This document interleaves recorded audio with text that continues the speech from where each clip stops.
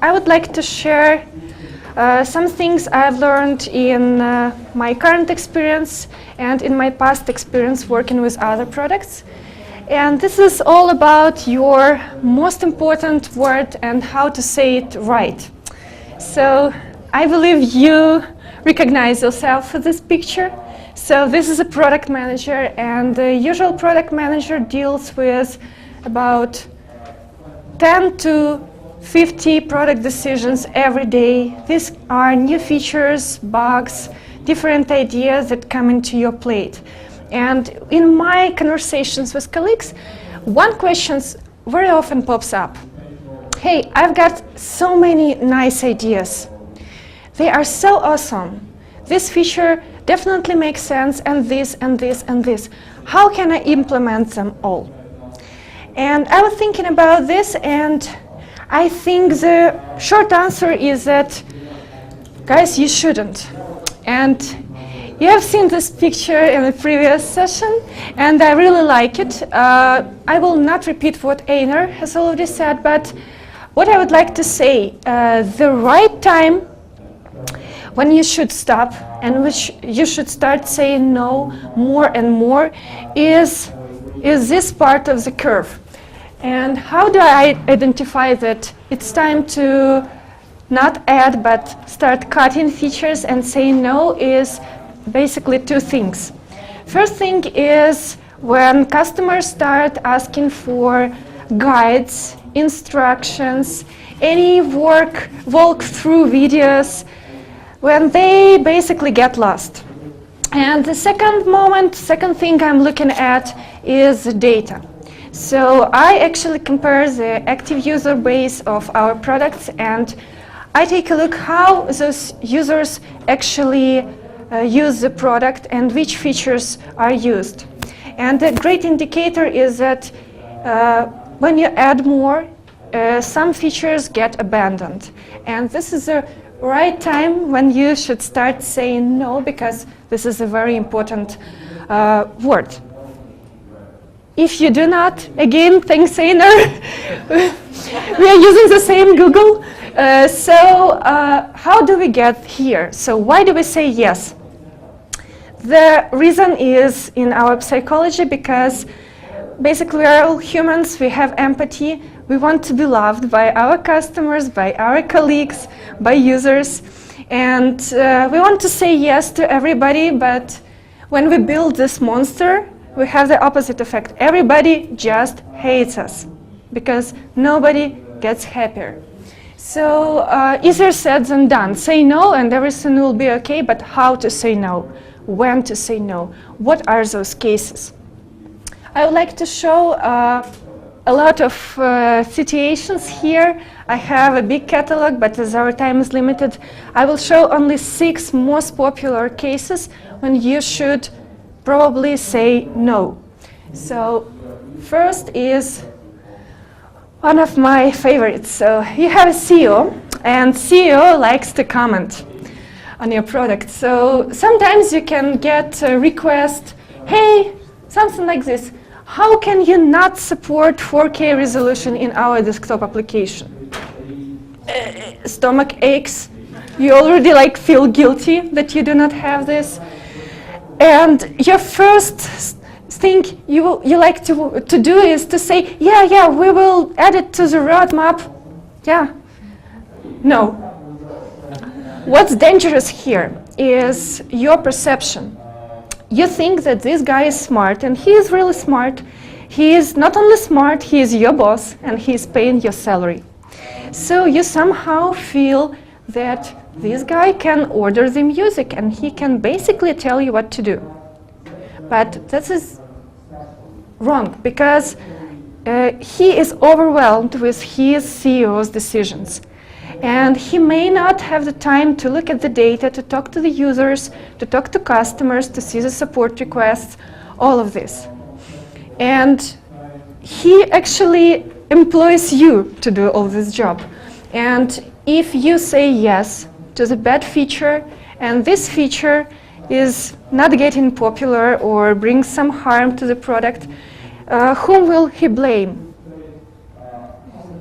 Of course you, because he pays you to filter his ideas as well. So yes, you have to say no, but it is hard. What can be the way to say no? I have 3 approaches. First approach is the easiest because sometimes the idea he brings to a plate just doesn't fit to the vision, to the product strategy. And then you just recap the strategy in 3 lines, like we have these needs to be covered, these are our objectives. And you say your idea doesn't really fit and we are going to focus on these things. Easy, but usually he brings something that looks like in your strategy. But this may not be a popular feature to the product. This may bring more complexity. It just may be technically really hard to implement. So in this case, I do one of 2 things. Either I get the feature to be voted in our internal voting committee. So we vote with the team, we vote with sales guys, with marketing guys, with support sometimes. And it is easier when the team supports you and says, this feature is not as needed as 10 others. If this voting practice cannot be implemented in your team, which happens, I do it myself. So I estimate this feature with developers and I take 2 or 3 other features with a similar effort and I just compare the outcome. So if we implement this 4K resolution, we're going to make 1% of existing user base happy because they have the equipment that shows them in this resolution. And if we take this idea or this idea, we're going to make like 30% existing user base happy, or we are going to increase our conversion by 10%. So something tangible is what those guys want from you. It's just not to be afraid to take some time and bring your no with the right arguments. Moving on, we not only have powerful stakeholders inside the company, but we have powerful customers. Customers that can sometimes bring you like your quarterly budget in one contract. And those clients, they love to blackmail. So how it happened in my practice? We had a big customer who wanted to buy a loyalty solution that my team was working on, and he was like really huge, and his one contract was worth our like 2 months effort. So one condition he asked for: please guys, migrate users from my existing old awkward loyalty program to your loyalty program, but allow 2 systems to work simultaneously for some time, because I don't want to like frustrate users. I want this process to be like slow, etc. And we said yes, because like the budget was so interesting for us. And it turned to be a big trouble, because if you're dealing with old and custom built systems, it's always like full of surprises. And what I realized, that not only he asked for this request, which was absolutely custom and could not be reused for any other customer, but he also like felt the scent of blood, you know, as sharks do it. And he started asking for more and more customizations, because he sees that these guys are open to suggestions. So this is the second threat coming from these guys. You agree once, you will have to agree more and more. How to work with this? First of all, if I could have a time machine and come back to that moment, I would say one of 2 things. First of all, I would try to propose an alternative solution for migrating from old loyalty program to our new loyalty program, which I suppose could be reused for other customers with a similar case. And if this simplified solution is rejected, I would say, okay, dear customer, we are gonna build what you want, but here is the price for one-time development, and here is the time and cost for support. Because not only this custom solution has to be developed, but it has to be supported. And actually, this is a strategy that we invented after a few cases like this. So we have a kind of professional services team. And this professional services team does this kind of customization and this kind of work for customers not satisfied with the standard solution. So no can come in those forms. Small things. Small things usually come from regular customers. They see your product, they see competitive products. They might think they know how to satisfy their specific need.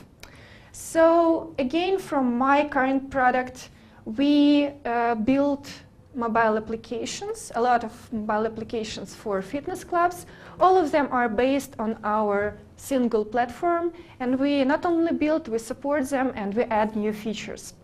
So once I have added a new feature, and we have distributed it among our customers, they were happy, but I've got like several requests in a row, I think in 1 or 2 weeks, saying, hey, could you please let me change the header text at the first screen of your feature. And I've heard this like several times. Went to developers and said, hey guys, can we do it? What is the effort? There were like 2 lines of text, so they said, it's not hard. Some changes to mobile, some changes to backend, and it's easy. So I was happy, small win, guaranteed happiness of the customer.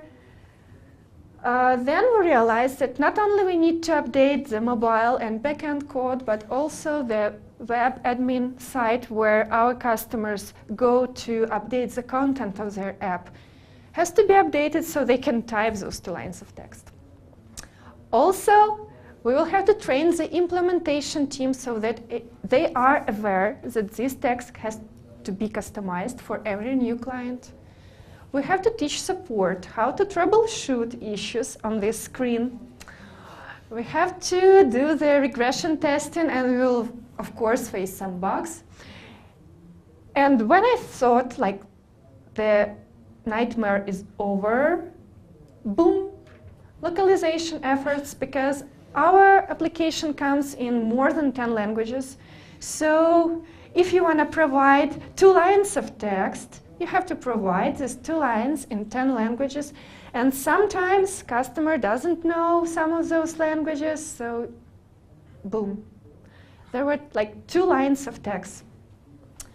Okay, lessons learned. How would I behave if I could again come back in time? First of all, I would try to think and ask our sales team whether any of the customers is going to churn if we do not do this customization.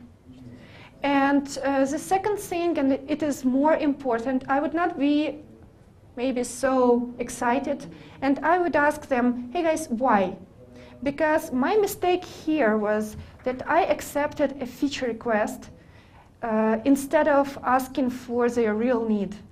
And the real need, I suppose, was to have the text on the first screen, have more call to action, to be more exciting. And I could, with some number of iterations, find one text that would be more or less okay for majority of the customers. So that is a lesson learned. I hope I will never repeat this mistake again. Coming back to end users. My product is interesting because I have to satisfy not only the customers paying for the application, but also their end users who use our application to go to the club, track their exercise, see the classes, sign for personal training, to track their fitness progress, all of this. So I regularly monitor app reviews. What do they write to our support? What do they post on social media? And I frequently hear very interesting suggestions. The most interesting suggestion was to track the fitness activity of the dog, because like I exercise with my dog, and the app is so awesome in fitness tracking. Could you please like help me make my dog also fit? Okay, that was nice, that was funny, but there are serious things like, again, they like the app, what we do is fitness, and they say, guys, could you please add nutrition module to your app? So not only I want to track my fitness activity, but I want to track my calories intake, to not to be fat because I exercise and I see no effort, maybe I'm eating too much. Is it a valid request? Yeah, and it is a real need, so they do really want to track nutrition. But two things.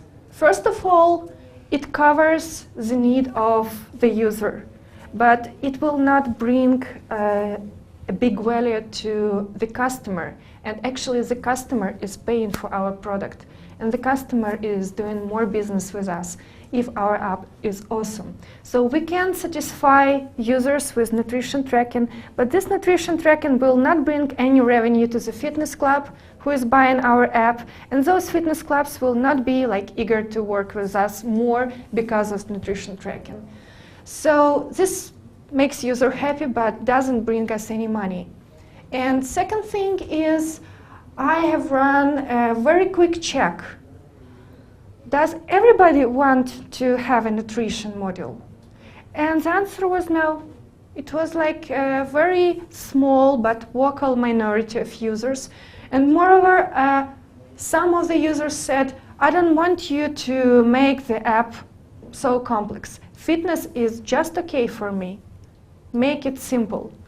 So we decided not to do it, but we still need to reply those guys, like to keep them loyal and to keep them thinking that we hear their voice. So what I do in these cases is that we still say thank you, and we say that we would like to focus on what we do the best.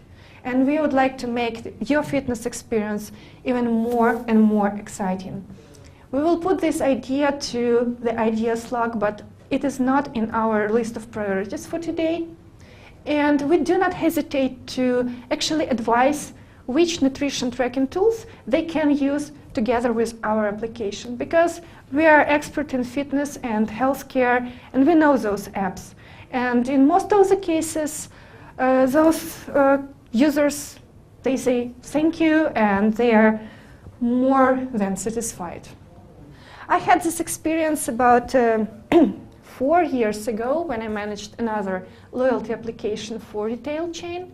And it was a very simple application with a loyalty card barcode, with personalized offers based on your purchase history, and with some purchase list and the module to exchange points for prizes. It was simple, and after Apple released their Passbook solution, our users started asking, hey guys, could you please move the barcode from your application to Passbook? I would like to use it. It is so exciting. And I was like, again, very happy that we can try something new. I went to the development team, and we even started building a prototype. Luckily, we've been stopped by guys at the retail, because we realized that the Passbook solution will not be compatible with their POS system. It is not stable enough, and moreover, it can cannibalize the usage of current application, because users who move to Passbook will stop opening our application. They will not see the personalized offers they currently like and use, and instead of a good thing, we will bring a bad thing. So how to reply is, of course, to promise to bring it to the research backlog, but again, to ask for the real need. And the real need and real thing those guys liked in Passbook is that when you approach the venue, the shop, your loyalty card just pops up immediately, so you can basically use it for your purchase. And that's what we actually implemented in our application. So we have satisfied guys, we have completed what they needed here, and after some time they stopped asking for Passbook.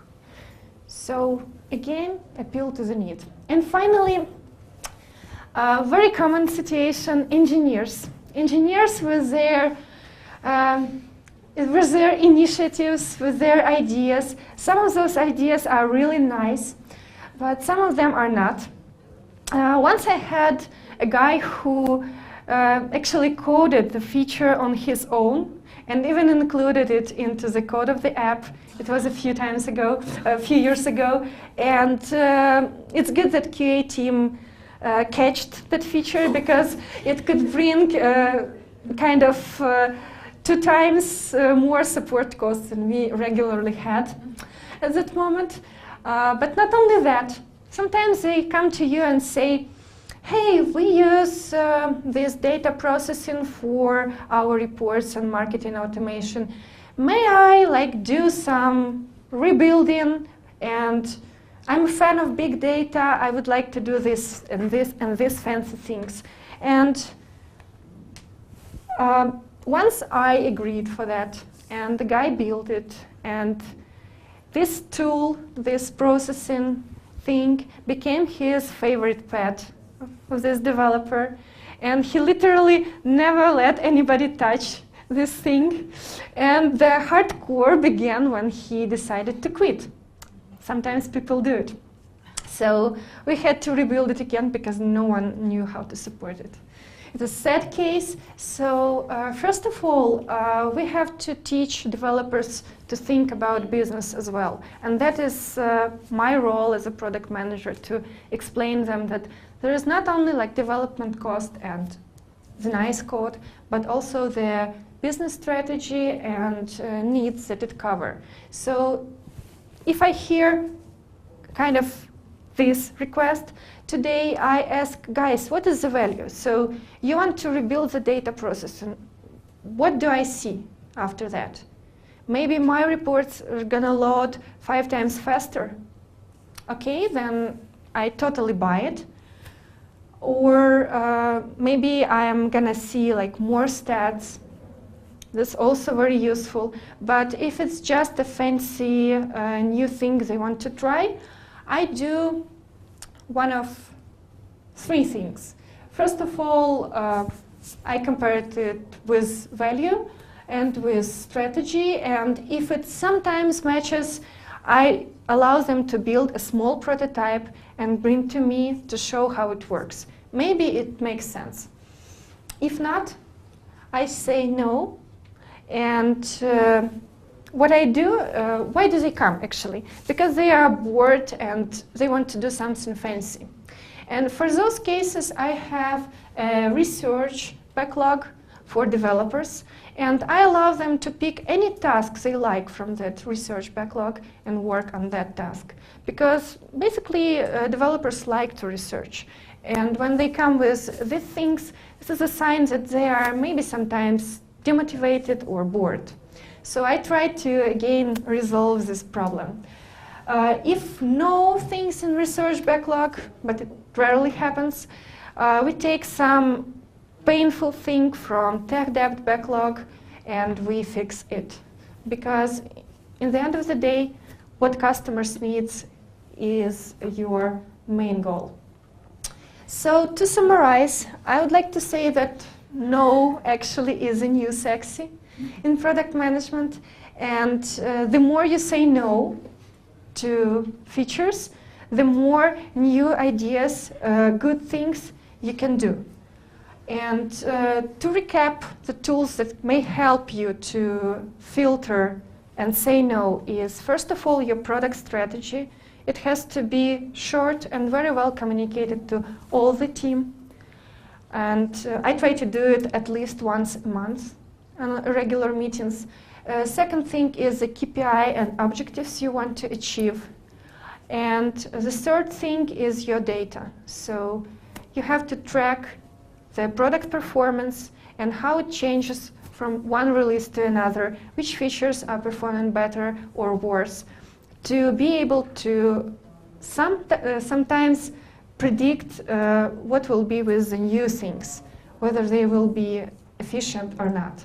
So let's say no often to do the good things. Thank you. And as we have some time, I think 10 minutes or so. Okay, so I would like to hear your voice and hear your cases, maybe when you had difficulty saying no, and maybe we can try to find a good answer. So, can I have a question first? Yeah. Yeah. Thanks. My question would be, how do you measure that you know was successful? Because sometimes, like, you've mentioned cases, and we definitely, like, those are good one examples. But especially, like, with one customer that you have, like, with a loyalty one.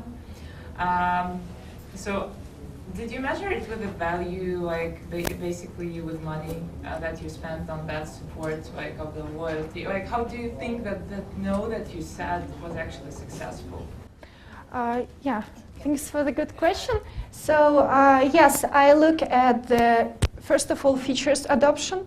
So in my product, it is relatively easy because our customers decide which components of the system they would like to have in their product. So if they request some new feature and they want to include it in their application, then basically I see that it is used by this number of customers out of our big customer base. So adoption among customers, then adoption among users. So I'm looking at the stats for every application that has our feature, and I'm looking of which percentage of people use it at least once, whether they return to that feature, and all those numbers. And also, of course, I do not hesitate to ask for the customer's feedback. So some of our features, they are like money generators for our customers. So I ask through the sales team, through account managers team, hey guys, what is the return of investment? And sometimes they share, and I can actually see that we bring them new clients, and sometimes they even share the cost of that client. So I can see that with my mobile tool, they can generate customers for less money than, for example, from digital advertising. So these are my, like, 3 things I'm doing. Okay, thanks. Do you have access to the final users of the application that you are building? And if you do you facilitate the communication with them? Apart from talking to the customers, do you actually personally speak to the final users? Okay. The answer is yes and yes. So I talk to the customers, so the management of companies who pay us money and who order this product, and I also talk to their end users. So in two variants. First of all, I can run a quick survey and I can run a research if this is agreed with a customer. So we have like emails base, and we can send an email blast asking for something. And the second thing, several times I went exactly to the venue, to the fitness club, where we were piloting our features. And I literally stood at the front desk looking at our users coming in and using the app. So that was a really nice time to see, to observe how do they use it, even without them knowing it. So I was like standing in the branded t-shirt, welcoming them to the club. So yes, yes and yes. How to say no to your stakeholders when they want to place a feature that won't be useful for most of the users, but they heard somewhere something and they basically want to spend a lot of budget on this feature, and it made no sense. Like we try to build trust with the stakeholders as much as possible. So I'm saying no over and over. And it turns out that after like second or third no with arguments, I recall our strategy, I recall the data, I compare the development effort and outcome. They give up. It's just, you know, from my observations, we do not try too hard to say no. We give up faster than stakeholders. It was like rarely happening to me when the stakeholder like insisted that so much that they said, I don't want to listen to you, you have to build it. It was like 1 or 2 times in my product career. Usually like we give up too fast. Yeah, in your experience as a product manager, is it only your decision to say no, or you, for instance, have to convince other product managers who work with you in this product, or it's like you are the main person in the product and you make this decision based on your tools you mentioned? Well, I'm not the only product manager. We have a team and we have VP product managing us. So it's not only my decision, and sometimes we have a conflict because what is good for me will bring some overhead, some support cases to my colleague. So yeah, we have to bargain. A lot of discussions. A lot of discussions, but still we have good relationships, and I would like to understand what is the reason why they hesitate, why do they say no, and for example, if they say I will have to handle like 20 support cases every day, I may just offer my help doing it. So it's like a win-win solution. Do you have some kind of cross-product teams or cross-product functionality that is separated between different teams, and another team comes to you and requesting something that is totally out of your scope for entire quarter, and how you deal with those kind of cases? Again, strategy, KPIs, budget, and efficiency. In these cases, we also give up too fast because we want to be nice. So I just do not give up. But if they say that's something that is in their roadmap and they can't live without it? Well, there's rarely can be one solution for the problem. So if they want something huge, maybe we will try to build something small before. So if they like require a great integration and they want us to cover all the calls in their API, I would probably prioritize and take like 1, 2, 3, the most important things, start with it, and then continue adding and adding, because every big thing can't be split to small ones.